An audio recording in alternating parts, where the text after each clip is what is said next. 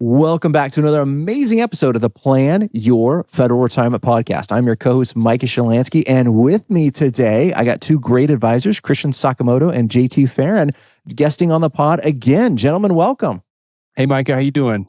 Well, we are doing absolutely fantastic. It's a beautiful wintertime in Alaska. We can see that JT is crushing the winter background going on. We had a huge, well, they said it was a storm, but it was only a couple feet of snow that came down within 24 hours. Yeah, more like 8 inches. Depending on where you were. Yeah. Guys, as we're going through things right now, and it's a busy time of year that we're delivering lots of value to clients, one of the things we were committed to this summer was doing an estate planning review for our clients. So in that estate planning review, kind of a couple of things have come up. One of the things I think is really important is going through and talking about the documents that everyone has to have. Now, fair disclosure, we're not attorneys. Yeah, I think I'd give great legal advice. The Bar Association just disagrees with that. So apparently I can't. So it's not legal advice, right? This is just our opinions from financial planning perspectives, but we get to see a lot one-on-one with our clients, and a little bit difference is instead of, and I'm not trying to throw any shade right here on estate planning attorneys, but instead of a one-off transaction where you go to an estate planning attorney, they prepare a document for once, and then you kind of move on for the next 10 years of your life, gents, we get to work with these people all the time throughout their lives, and we get to see the implementation of how these documents work while you're living and then after you pass away. So there's a couple of things here. JT, what are the top 3 documents that we think everyone should have who's an adult, 18 or over? Yeah, great question. It's a will, durable power of attorney, and Advanced Health Care Directive. They are, right? They're super important. So if we start breaking those down, right, we got the durable power of attorney, which is, dare I say, probably the most powerful document you're ever going to sign, because you're giving someone else the right to make any financial decision that you can make. That's a pretty big deal. Then you got your Advanced Health Care Directive, and that is for medical decisions. If you're unable to make your medical decisions, so the example we give in Alaska, you're driving home, you hit the moose on the way home and it doesn't kill you, but you're in the ICU, who is going to be able to make those medical decisions for you? Now, you could be thinking, Mike, I got this covered. I'm married. My wife is going to come in and make these decisions. Well, is she? Or is she allowed to? Because just because you're married, that doesn't mean your spouse has the right to do certain things. That whole little HIPAA thing, right? Apparently there's, Patient Privacy and Portability Act kind of thing out there, but the privacy part, your spouse doesn't have access to your medical records. So how do you allow them in those areas? And the durable power of attorney is the financial side. There's a lot of things your spouse can't do because their name is not on it. Your TSP account, your tax return, your bank accounts, right? They can't access without you giving consent. And if you're incapacitated, how do you give that consent? But Christian, what about the third one? Where does the will come into play? The will would be when you passed away, right? So you hit the moose on the way home, you didn't make it to the hospital, right? You passed away. And this document is what will guide the probate process. This is going to be where all of the assets that you have, now your will gets to dictate exactly where those assets are going. Now, there's an order of operations when it comes to death and where your stuff goes. Things first transfer by title. So think titling of a house, titling of a car, even titling on bank accounts. If you have joint title, automatically the other person on that title would have that asset. Things then transfer by beneficiary. So then think of all the other accounts that you have. TSP, right? Your last LES as an example. Other retirement accounts that you have, you can name different beneficiaries. Life insurance, your federal employee group life insurance has a beneficiary designation. Those people that you named on your beneficiary would then receive the money and the asset. Everything else that didn't have a title or didn't have a beneficiary designation would then be left to the will, where it guides that probate process when you passed away. Again, where does your stuff go?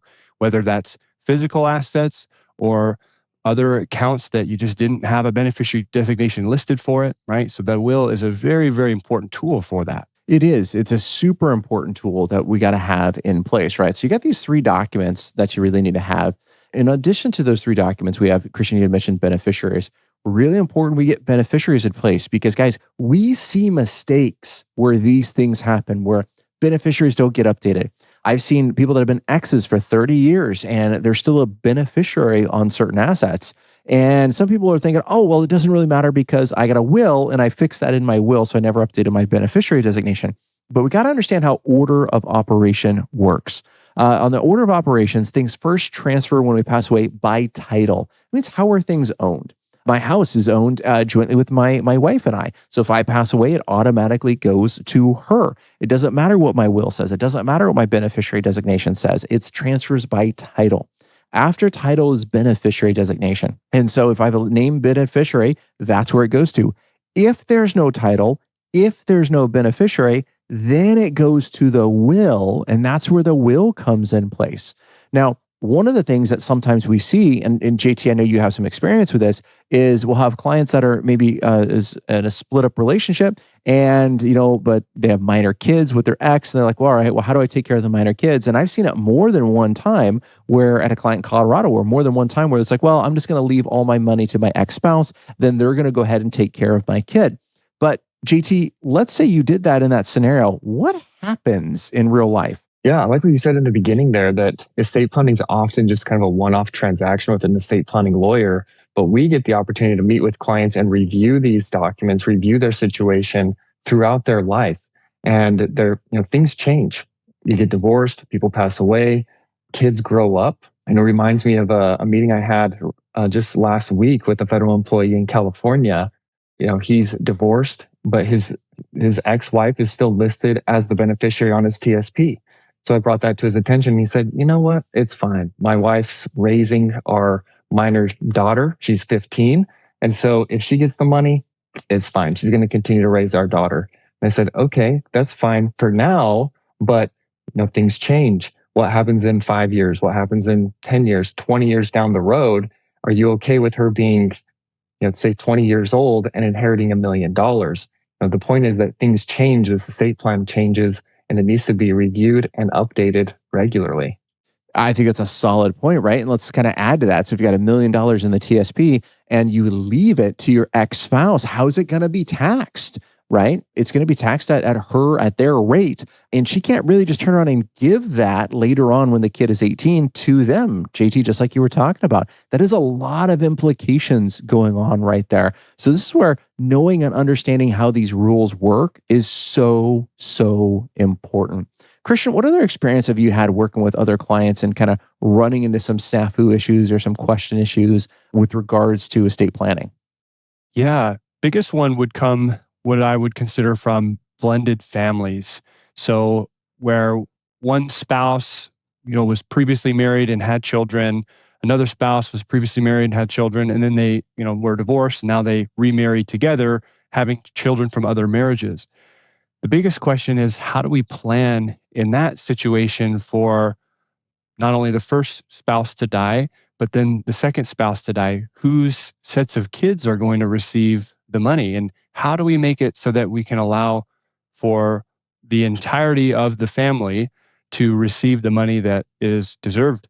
And, one of those tools we've talked about in the past is using a trust.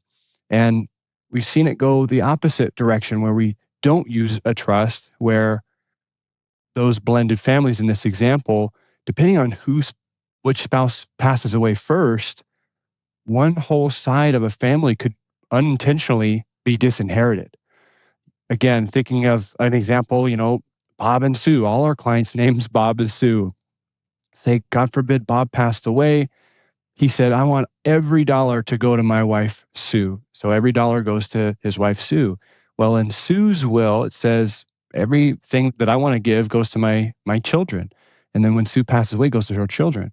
But what we forgot to account for is Bob's kids when he was alive and he had, those kids. So the trust could be a helpful tool in that regard. I've just seen it go south too many times where we're just not planning in situations where there's blended families. Yeah, is really good points, right? About, making sure that we have things structured properly. When my kid turns 18, do I really want them to get that money, et cetera? Christian, it was funny. I was talking to a client today. We were working through some cash flow issues, and you just said Bob and Sue. And I said, well, hypothetically speaking, not about you guys. And the client stops. He's like, wait, are you going to give a Bob and Sue story where at the end of the day, we're the Bob and Sue that this is affecting? And I was like, well, yes, this is a Bob and Sue story, and you may be Bob and Sue. So it That's was good. great. But yeah, these are real life things that we run across. And so let's get into like, who do we name on these documents? Because it's not enough just to have them. We got to be pretty intentional about this. So I'll take the power of attorney. Christian, why don't you take the healthcare directive, and JT, you could do the will. So on the power of attorney, the way this is set up, again, it's the most powerful document you are ever going to sign, because it affects your life, your cash flow while you're still living. So you want to name somebody here who you would give a blank check to, and I'm going to call it the pillow test. And then you could lay down and sleep like a baby that night, not worry about it whatsoever, because you trust that person. That's the level that you should go to with this. Now, the reality is sometimes we're in a situation where we don't have someone like that. Okay, does that mean you don't need a power of attorney? No, you still need one, but now we might need a limited durable power of attorney. That instead of getting them full access, we're going to be a lot more limiting in what those people can do, so we can have a little bit more protections. And on all these documents, we really like them too deep, right? Got to have a primary and you got to have a backup. Man, if you can have a tertiary, if you can have a third person, that'd be fantastic in there. But we at least got to be too deep on all of these documents. Christian, what about the Advanced Health Care Directive? I would say a similar approach to the power of attorney, right? The healthcare directive, you make those health related decisions prior to the event happening, right? Do we want artificial nutrition or not? Do we want to stay plugged in or not? And that document, you get to make those tough decisions to where you don't have to let your loved ones make those tough decisions for you. So if you're married, generally you would want your spouse to probably be the primary there. It doesn't always look like that. That's what we see. If you're not married, you would then want to really have someone that is close to you, that gets to oversee the decision there. And not that they get the power to change it, but again, just that they're able to see it come to fruition. And I think that that's the biggest thing, is making sure that there's somebody close to you, somebody that you trust on the document for the healthcare directive. Yeah, those are really good things, right? Somebody you trust. Again, this is a couple deep inside of there. And these documents don't have to be all the same people. It's okay to have different people. Kind of joke with one client is like, well, one of my kids is really good with finances, so I went them in there, but man, they would be too quick to pull the plug. I want to put my daughter in here for the healthcare directive, right? And that was exactly what the client said. So, it's okay to have different people serving in these roles. JT, what about the will? How is that will going to come into effect, and who are we going to name on there? Yeah, so kind of going back to what Christian said earlier, when we pass away, things transfer three different ways. First, they transfer by title, then they transfer by beneficiary, and then they go to probate. The will is the directions for probate. So that's kind of the catch-all. It's everything else, right? Who you name as the executor of the estate, that's a pretty big job. They have a lot to do. And so you're going to want to name somebody that's responsible, somebody that you trust, and somebody that's up for the task, right? And then I like the idea of naming a secondary and a tertiary in case that primary person that you named isn't up for the task. And again, things change. Maybe they were up for the task 20 years ago when you named them, but maybe they're not now. I really like those things, those comments that are there, right? So the other document that we can kind of add to this one as well is a trust. Now, I'm a huge trust fan, but just because I'm a fan of it doesn't mean everybody needs a trust. A trust is an optional document that's out there. And what I like about it is that it gives me control from the grave. A trust can do two things. Well, there's many different types of trust. We're only talking about revocable living trust for estate planning reasons, right? But a trust can do a couple things that I cannot do inside of a will. And that's really, number one is privacy. It's a private document. Probate is a public document, right? Probate is a public process that goes through. Your will becomes a public document where everybody gets to see it, everyone can review it, etc. Whereas a trust is a private document. So I get a little bit more privacy. So I like that. Number two, I get control from the grave. My kids may not like that as much, but it's my money, not theirs. So I got two young kids, and so I want to be controlling from the grave. And the way I look at it, if I wasn't there because I passed away, how could I guide them, right? So if I was there, how would I be guiding them? What would I be encouraging them to do? And then I take that image and I kind of put that into the trust and say, hey, here are the rules, here are the guidelines that I want my kids to do. And I got a carrot and a stick.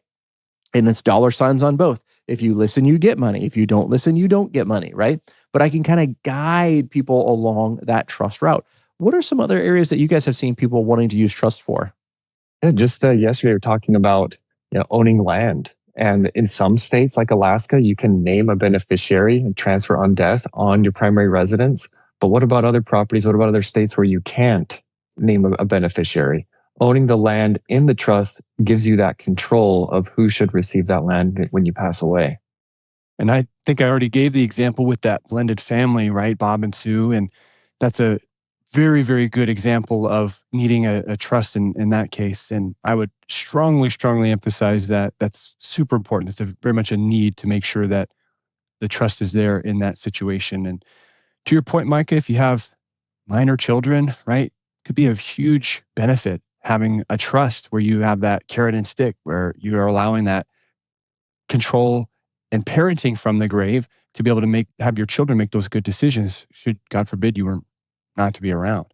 Yeah, all really good things. All right, gentlemen. Well, this podcast was about death and dying. Sorry about that. But we want to go ahead and make sure that we're talking about some action items that are there for our listeners. One, I meant to do this at the beginning of the podcast, but a special shout out to one of our listeners, Paul in Tennessee. Man, really appreciate you listening so intently to these podcasts, Paul, and the great questions that you ask Christian. I like those. But since he's on the podcast, I can't give you a secret question because he's going to hear it. So I'm going to have to put that in a future podcast for you.